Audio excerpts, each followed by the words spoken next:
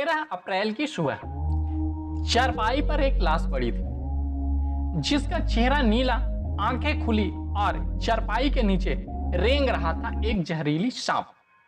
जब गांव वालों ने सांप को देखा तो सबने सोचा कि इसकी मौत सांप काटने से हुई है, लेकिन पोस्टमार्टम ने ऐसा सच उगला कि सबके रोंगटे खड़े हो गए। तो क्या सच में सांप काटने से मौत हुई थी या किसी के द्वारा रचा हुआ साजिश था?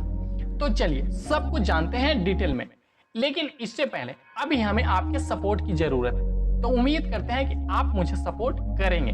तो आइए अब बढ़ते हैं कहानी की तरफ। अप्रैल 2025 मेरठ अकबरपुर सादात। अमित 12 अप्रैल की रात अपने पत्नी और 3 बच्चों के साथ सो रहा था और अमित को इस बात का अंदाजा बिल्कुल भी नहीं था कि आज की रात अमित की जिंदगी की आखिरी रात होगी। जब अमित 12 अप्रैल को शाम में काम पर से घर वापस आया, तब रात में अमित अपने बच्चे और पत्नी के साथ बैठकर बातचीत किया, फिर खाना खाया और खाना खाने के बाद लगभग रात 10 बजे अमित अपने तीनों बच्चों और पत्नी के साथ एक ही रूम में सोने के लिए चला गया। अगले दिन 13 अप्रैल की सुबह घर से बाहर अमित अकेला चारपाई पर बरामदे में मिला। सुबह 7 बजे जब अमित नहीं उठा तब उसका बेटा उसे उठाने के लिए गया। जैसे ही उसका बेटा कंबल उठाया तभी उसका नजर कंबल के नीचे बैठे हुए सांप पर गई। फिर अमित का बेटा घबराता हुआ अपनी मां के पास आया और मां को बुलाकर लाया। सांप को देखकर अमित की पत्नी रबीता जोर जोर से रोने लगी। रबीता की रोने की आवाज सुनकर धीरे धीरे लोग जमा होने लगे। जब रबीता से लोगों ने रोने का कारण पूछा तब वह बताती है कि अमित को सांप काट लिया है, जिसके कारण वह उठ नहीं रहा है और सभी लोगों को यही लग रहा था कि अमित की मौत सांप काटने से हुई है। लेकिन रबीता के चेहरा कुछ और ही बता रहा था। फिर पुलिस वाले अमित को उठाकर पोस्टमार्टम के लिए भेज देते हैं। अमित एक सीधा साधा लड़का था और वह टाइल्स लगाने का काम करता था, जिसके कारण गांव से लेकर आसपास के गांव में भी अच्छी पहचान बना हुआ था और अमित को सारे लोग टाइल्स मिस्त्री के नाम से जानते थे। अमित का एक दोस्त भी था, अमरदीप। अमरदीप काम के अभाव में रोज काम नहीं कर पाता था, लेकिन अमित से अमरदीप काम के बारे में बात करता है और अमित उसे अपने साथ काम करने के लिए रख लेता है। फिर दोनों में और भी ज्यादा गहरी दोस्ती हो जाती है।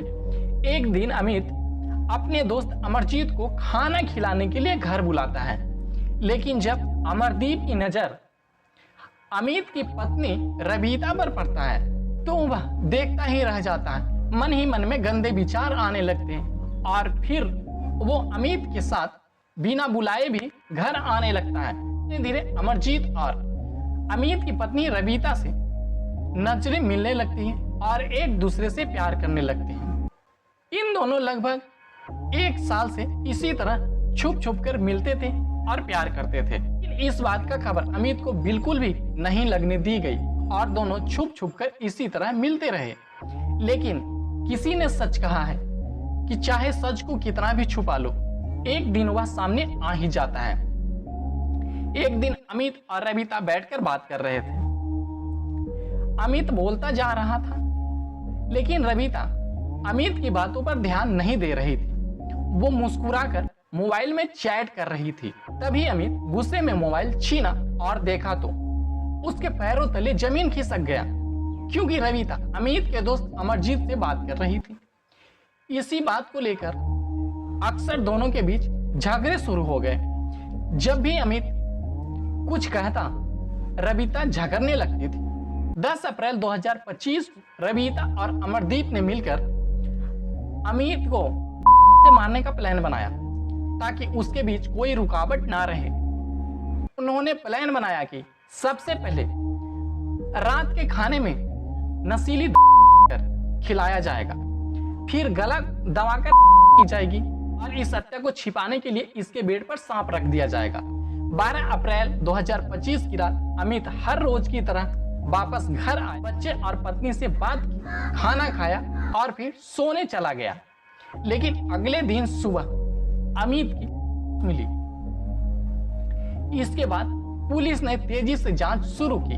सबसे पहले दोनों को अरेस्ट किया और इन्वेस्टिगेशन के दौरान उन्होंने बताया कि यह प्लान के तहत किया गया था। लेकिन यहां एक सवाल उठता है, सांप प्लान के मुताबिक। फिर पुलिस जब दबाव बनाया तो अमरदीप टूट गया। उसने बताया कि सांप एक सपेरे से 1000 रुपया में खरीदा गया था। फिर सपेरे अरेस्ट किया गया और उसने बताया कि सांप का नाम रसल वाइपर है, इसमें जहर नहीं होता है और इस सांप को कृष्णा नाम का एक लड़का मेरे यहां से चुरा लिया था। जब कृष्णा को अरेस्ट कर पूछा गया तब उसने बताया कि रविता और अमरदीप ने जागरण के नाम पर 1000 रुपया में सांप को खरीदा। पोस्टमार्टम रिपोर्ट आने के बाद साफ हो चुका था कि अमित सांप काटने से नहीं बल्कि नशीली दवा खिलाने से और उसके गला दबाकर किया गया था।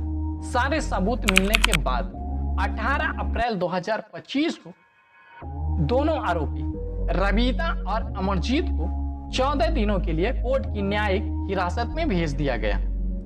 आगे की कार्रवाई अभी जारी है।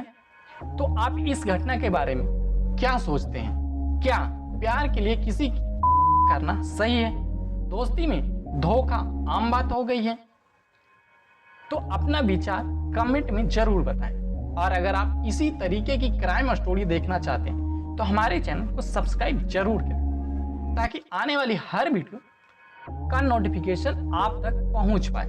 तो चलिए फिर मिलते हैं एक नई क्राइम स्टोरी के साथ।